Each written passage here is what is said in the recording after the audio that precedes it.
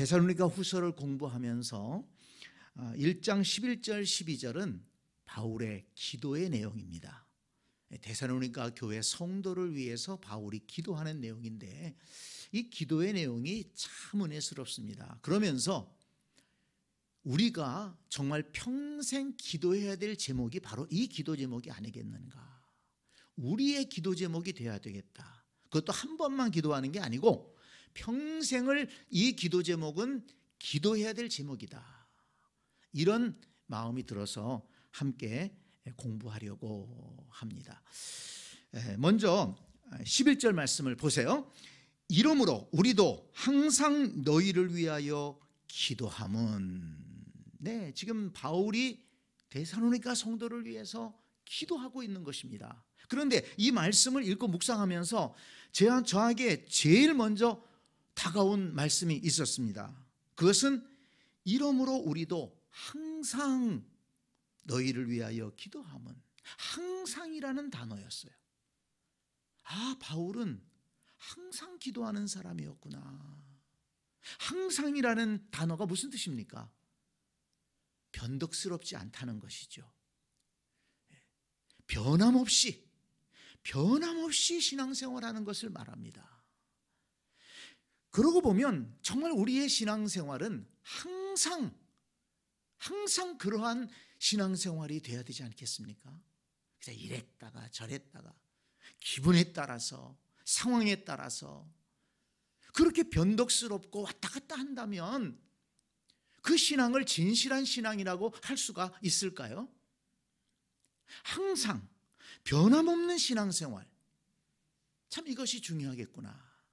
그래서 이 항상이라는 단어를 한번 검색을 해보니까 데살로니가 전후서에만 해도 항상이라는 말이 여러 번 반복되고 있는 것을 찾아볼 수가 있었습니다. 다른 성경은 제가 안 찾아봤어요. 다른 성경을 찾아보면 또 더 많을 것입니다만은 데살로니가 전후서만 찾아봐도요, 이 항상이 얼마나 중요한가, 항상의 신앙, 변함없는 신앙, 그 신앙이 얼마나 중요한가는 것을 우리가 깨달을 수가 있습니다. 자, 우리 데살로니가 전서 1장 2절을 한번 볼까요? 데살로니가 전서 1장 2절을 보세요. 우리가 너희 모두로 말미암아 항상 하나님께 감사하며. 하나님께 감사하는데 어떻게 감사한다고요? 항상 감사한다는 거예요. 항상 감사한다는 거예요. 데살로니가 후서 1장 3절에도 보니까 형제들아 우리가 너희를 위하여 항상 하나님께 감사할지니. 데살로니가 후서 2장 13절에도 우리가 항상 너희에 관하여 마땅히 하나님께 감사할 것은. 바울은 항상 감사하는 사람이었습니다. 그 감사가 귀한 것이죠. 조금 좋을 때만 감사하고 조금 어렵고 안 되고 힘들면 원망, 불평, 짜증내는 그런 신앙이 아니라 항상 감사하는 신앙이었다. 얼마나 귀한 신앙입니까? 한번 따라서 합시다. 항상 감사하는 신앙생활을 하자. 아멘. 또 데살로니가 전서 3장 6절 말씀을 한번 보세요. 데살로니가 전서 3장 6절입니다. 같이 읽어볼까요? 데살로니가 전서 3장 6절. 지금은 디모데가 너희에게로부터 와서 너희 믿음과 사랑의 기쁜 소식을 우리에게 전하고 또 너희가 항상 우리를 잘 생각하여 우리가 너희를 간절히 보고자 함과 같이 너희도 우리를 간절히 보고자 한다 하니 그랬습니다. 여기 항상이라는 단어가 나오는데 여기에서 항상이라는 것은 뭘 말씀하느냐? 지금 데살로니가 교회 성도들이 기쁨의, 사랑의 기쁜 소식을, 사랑의 기쁜 소식을 디모데가 전해줬는데 그 사랑의 기쁜 소식이 뭔가 했더니 데살로니가 교회 성도들이 지금 바울을 생각하는 거예요. 데살로니가 교회 성도들이 바울을 생각하는 마음이 항상 생각한다는 것입니다. 지금 바울이 데살로니가 교회 성도들을 항상 생각하는데 데살로니가 교회 성도들도 바울을 항상 생각한다. 이게 무슨 말일까요? 인간관계 속에도, 이 신앙생활에서 우리 성도들과의 관계 속에서도 변함없는 사랑이 중요하다는 것입니다. 변덕스럽게 지내지 말고 항상 좀 같은 마음을 가지고 사랑하고 섬기고 교제하고, 이런 마음이 귀하다는 것입니다. 데살로니가 교회 성도들에게 그런 마음이 있었어요. 바울은 사도로서 데살로니가 교회 성도들을 항상 생각하고 그들을 위해서 항상 기도하고 있는데, 데살로니가 교회 성도들도 그러했다는 것입니다. 이런 아름다운 교제, 변함없는 성도의 교제가 있었다. 얼마나 귀한 모습입니까? 그 다음에 데살로니가 전서 4장 17절 말씀을 보겠습니다. 데살로니가 전서 4장 17절 같이 읽을까요? 그 후에 우리 살아남은 자들도 그들과 함께 구름 속으로 끌어올려 공중에서 주를 영접하게 하시리니 그리하여 우리가 항상 주와 함께 있으리라. 아멘. 그리하여 우리가 항상 주와 함께 있으리라. 이거 마지막 날에 주님께서 재림하실 때 성도들이 공중으로 올려가서 주님을 영접하고 주님과 항상 함께 있을 것이라는 말씀입니다. 그런데 여러분, 이 말씀은 주님이 재림하실 때만 있게 되는 얘기가 아니라는 거예요. 그 전에 거기 보면 살아남은 자들도, 이 살아남았다는 뜻이 뭡니까? 모든 환난과 핍박을 이기고 살아남은 자들입니다. 믿음을 지킨 자들입니다. 그러니까 이 땅에 있을 때에도 주님과 동행하던 자들이에요. 그런데 그런 사람들이 주께서 재림하실 때 공중으로 들림받아서 하나님의 나라에서 항상 주님과 함께 있게 된다는 것입니다. 그러니까 이 땅에서도 주님과 함께 동행하고, 하나님 나라 가서도 주님과 함께 동행하고, 항상 주님과 함께 동행하는 성도라는 것입니다. 얼마나 아름다운 신앙입니까? 저와 여러분이 그런 믿음의 생활을 해야 될 줄로 믿습니다. 이 땅에서 생명이 있을 동안, 하나님이 생명을 주시는 동안 항상 주님과 동행하는 그런 신앙생활 감당하고, 변덕스럽게 왔다 갔다 하는 것이 아니라 항상 그 자리에 있고, 항상 예배하는 자리에 있고, 항상 섬기는 자리에 있고, 항상 주님과 동행하는 모습이 있는 거예요. 어쩌면 저 사람은 저렇게 변함이 없을까? 변함없는 믿음, 변함없는 섬김, 변함없는 그런 겸손함이 있을까? 그렇게 주님과 항상 동행하고, 그러다가 주님 나라에 가서도 영원히 항상 주님과 함께 있는 그런 믿음의 삶이 바로 그리스도인들의 삶인 줄을 믿습니다.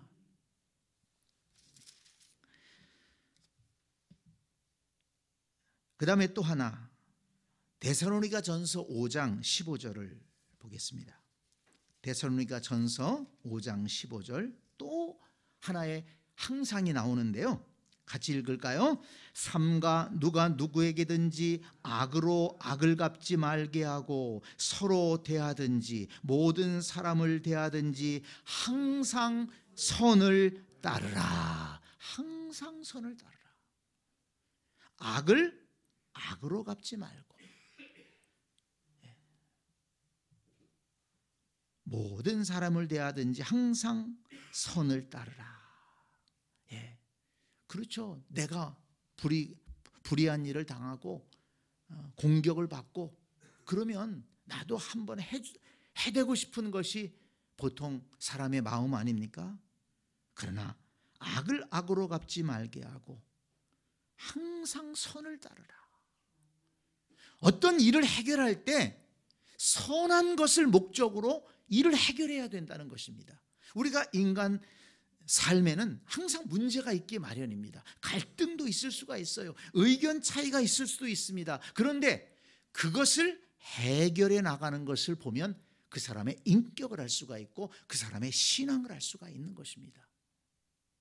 갈등도 있을 수가 있고 또 내가 때로는 자존심을 상할 때도 있고 내가 불이익을 당할 때도 있고 내가 손해볼 때도 있어요.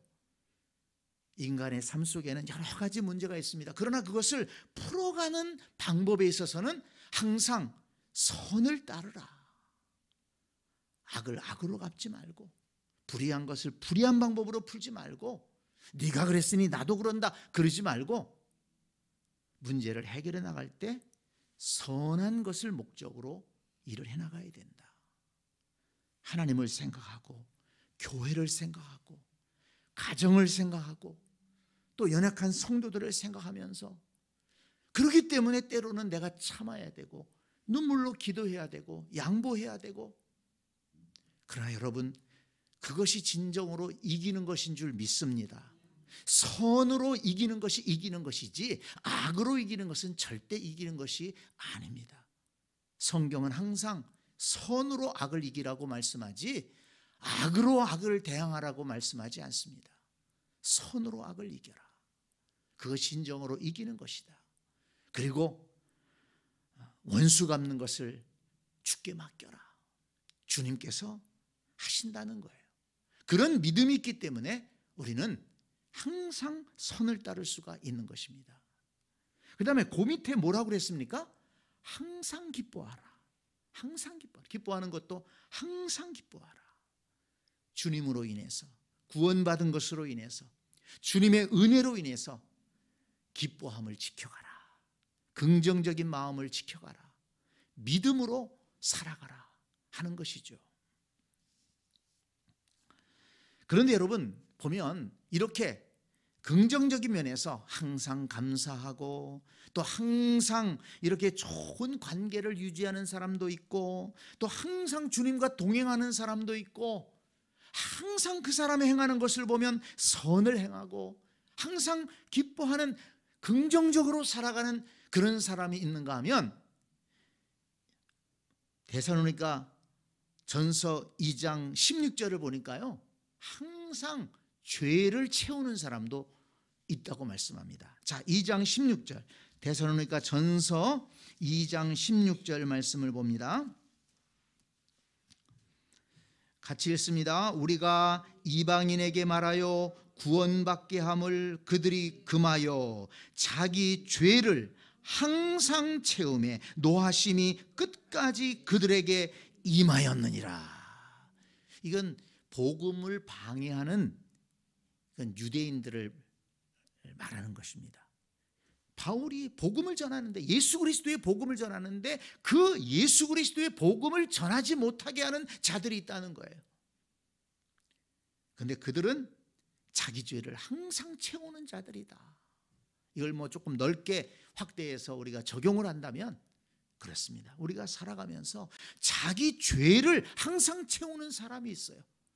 행실로, 말로.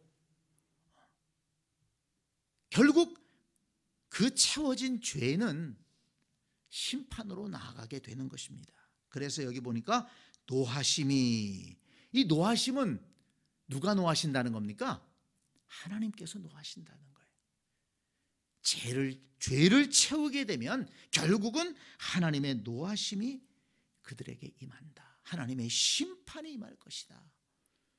이것을 말씀합니다. 성도 여러분, 저와 여러분은 항상 감사하고 항상 기뻐하고 항상 좋은 교제를 이어가고 항상 선한 일을 이루는 그런 복된 성도들이 되어야 될 줄로 믿습니다. 항상 자기 죄를 채우는 그런 어리석은 인생이 없기를 바랍니다. 때로 우리가 실수할 수 있고 때로 우리가 넘어질 수 있지만 그러나 다시 일어나서 회개하고 우리는 주님 앞에서 항상 믿음을 지키며 하나님의 사람답게 살아가는 우리가 되어야 될 줄로 믿습니다. 자, 그래서 이 바울의 기도를 보면 이제 이 두 번째 기도가 나오는데요. 자, 11절 말씀을 보세요. 이러므로 우리도 항상 너희를 위하여 기도함은 무엇을 기도합니까? 우리 하나님이 너희를 그 부르심에 합당한 자로 여기시고. 무엇을 위해 기도합니까? 하나님의 부르심에 합당한 자가 되게 해달라고 지금 기도하는 것입니다. 하나님의 부르심에 합당한 자로 여김받기 위해서 그렇게 기도하는 것입니다. 여러분 거기에 밑줄을 꽉 쳐놓으시기 바랍니다. 여러분 평생의 기도 제목 되어야 됩니다. 하나님의 부르심에 합당한 자가 되게 하여 주옵소서. 이게 우리의 기도 제목이 되어야 된다는 것입니다. 자, 디모데후서 1장 9절을 한번 찾아보겠습니다. 디모데후서 1장 9절 말씀. 참 귀한 말씀이 나오는데요.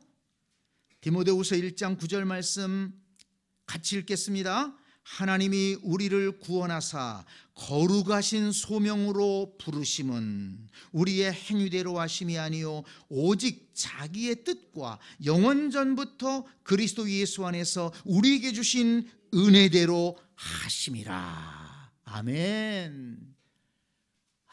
감동적인 말씀입니다. 하나님께서 우리를 구원하셔서 우리를 부르셨는데 그 부르심은 어떤 부르심이라고요? 거룩하신 부르심이에요. 거룩하신 소명으로 부르셨다는 거예요. 거룩하신 소명으로 부르셨다. 그런데 그 부르심은 우리의 행위대로 하심이 아니요. 우리의 행위대로 한다 그러면은 하나님의 부르심 받을 자가 있어요, 없어요? 없어요. 행위대로 한다 그러면은 하나님의 부르심에 합당한 자가 없는 것입니다. 하나님 앞에서 거룩하다고 나설 사람이 누가 있습니까? 다 죄 때문에 심판받아야 되죠. 그런데 오직 자기의 뜻과 영원전부터 그리스도 예수 안에서 우리에게 주신 은혜대로 하심이라. 하나님께서 영원전부터 우리를 택하시고 우리에게 은혜를 주셨다는 것입니다. 그 은혜로 우리가 부르심을 받은 거예요. 그래서 우리의 부르심은 정말 우리가 부르심 받았다는 것은 하나님 앞에 감사할 제목입니다.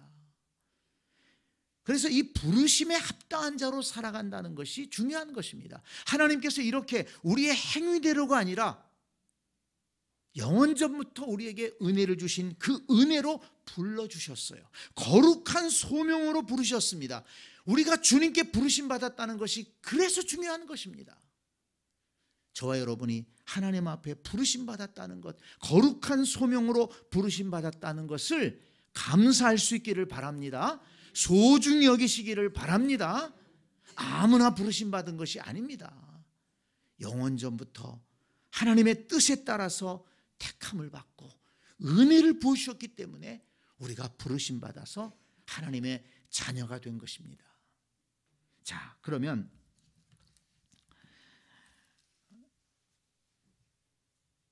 그렇게 소중하게 부르심을 받은 우리인데 그 부르심에 합당한 자가 된다는 것이 뭐냐? 한 가지, 이 부르심을 받은 자에게 어떤 은혜가 있느냐? 우리가 잘 아는 말씀이 있죠.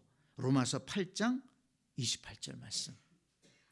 우리 외우는 분도 많을 겁니다. 우리가 알거니와 하나님을 사랑하는 자, 그 뜻대로 부르심을 입은 자들에게는 모든 것이 합력하여 선을 이루느니라. 그 뜻대로, 그의 뜻대로 부르심을 입은 자들은 모든 것이 합력하여 선을 이룬다. 그 은혜가 있다는 것입니다. 다시 말하면 하나님께서 책임지신다는 것입니다. 이런저런 일들이 있고 그렇지만 하나님께서 끝까지 책임지셔서 합력하여 선을 이루게 하신다. 어떤 사람에게? 부르심을 입은 사람들에게. 그러니까 그 부르심을 받았다는 것이 얼마나 소중한가 하는 것을 우리가 알아야 된다는 것입니다. 그러니까 이 세상에는 두 종류의 사람이 있는 거예요. 하나님께 부르심을 받은 사람이 있고 부르심을 받지 못한 사람이 있는 거예요.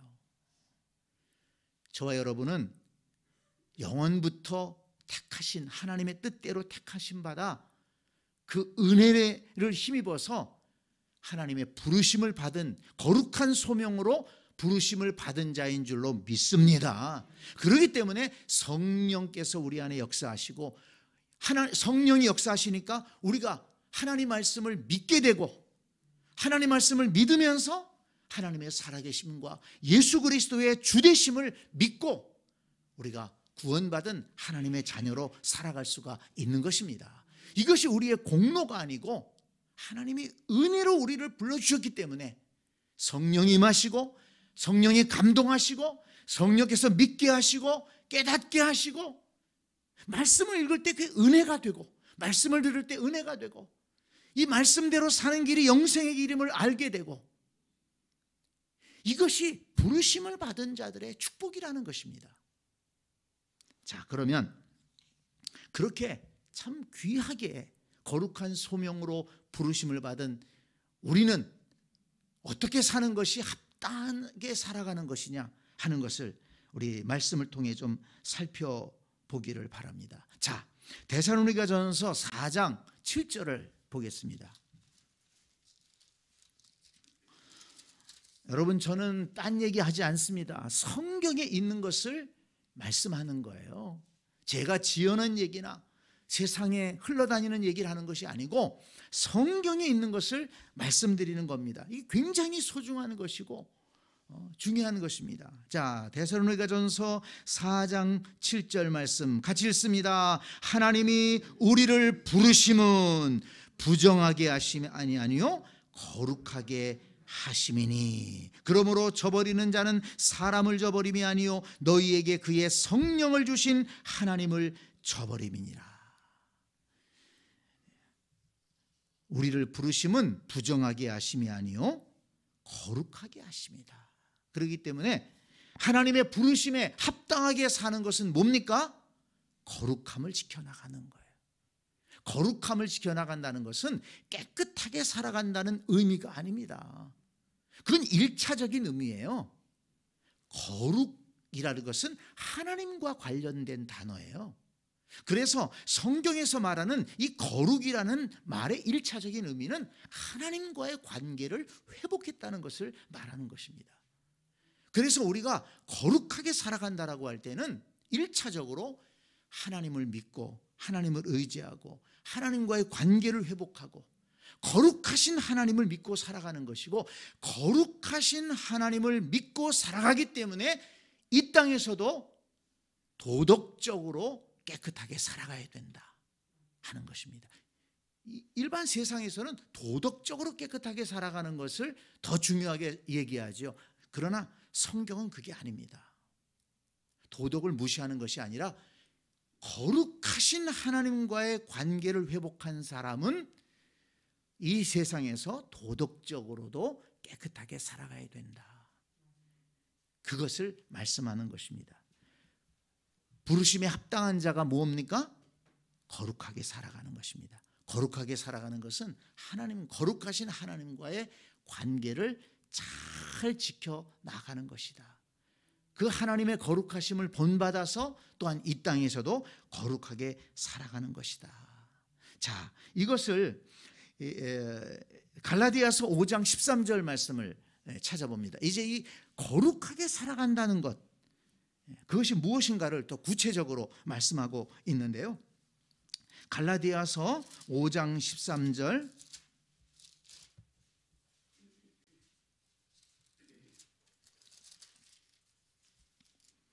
갈라디아서 5장 13절 같이 읽습니다. 형제들아 너희가 자유를 위하여 부르심을 입었으나 그러나 그 자유로 육체의 기회를 삼지 말고 오직 사랑으로 서로 종노릇하라. 아멘. 자유를 위해 부르심을 받았다. 근데 그 자유로 육체를 위해 육체의 기회를 삼지 말고 육체로 죄 짓는데 예수 그리스도 안에서 자유하다 그러니까 그냥 뭐 아무거나 해도 되는 줄 착각했던 사람들이 있었다는 거예요. 이제 예수님 믿음으로 구원받았는데,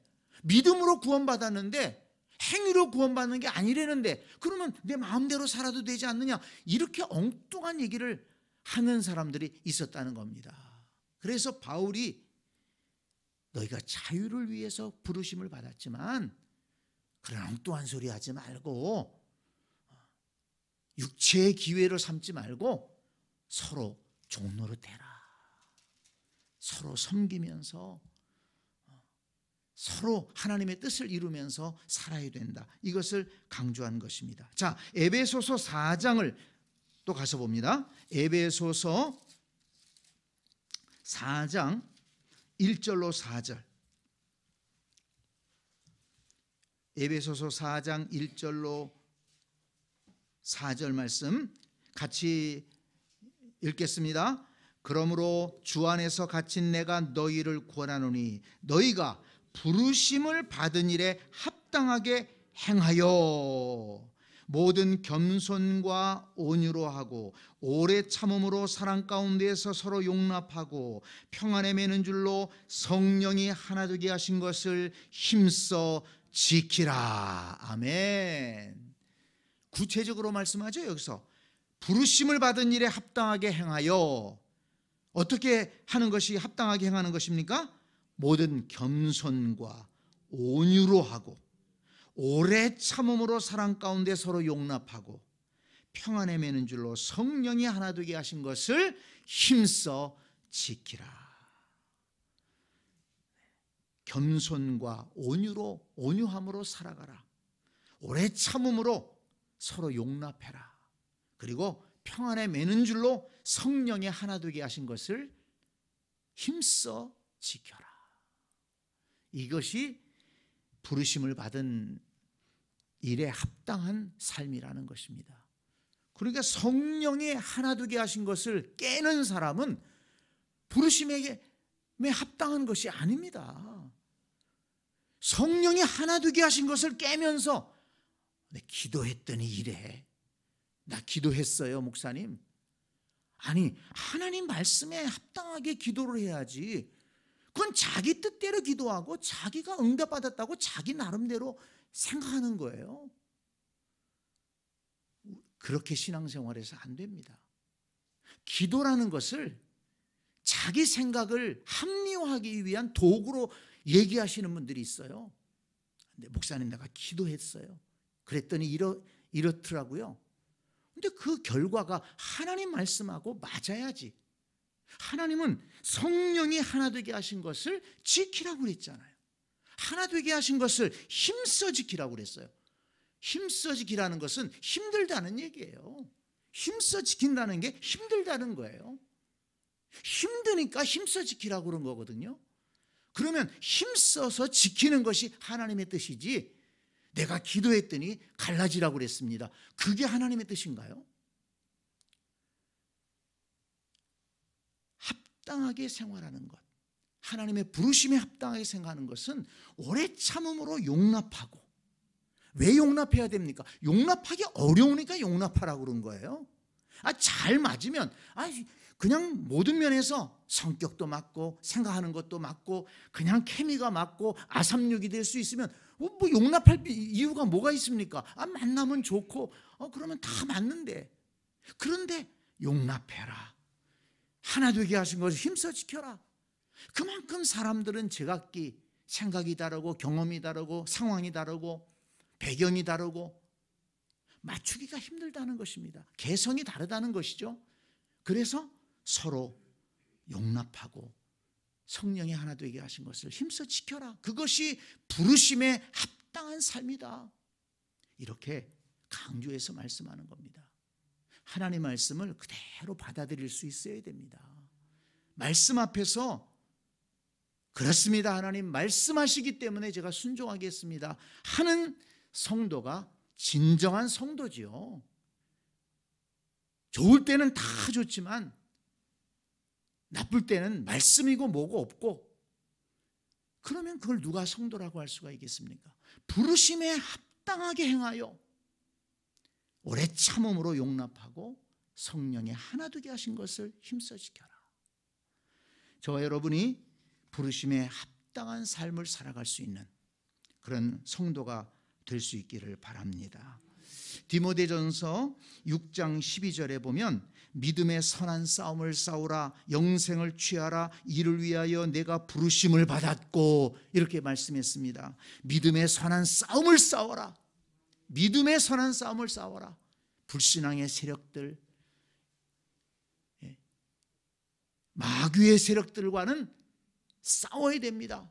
그것이 부르심에 합당한 삶이죠.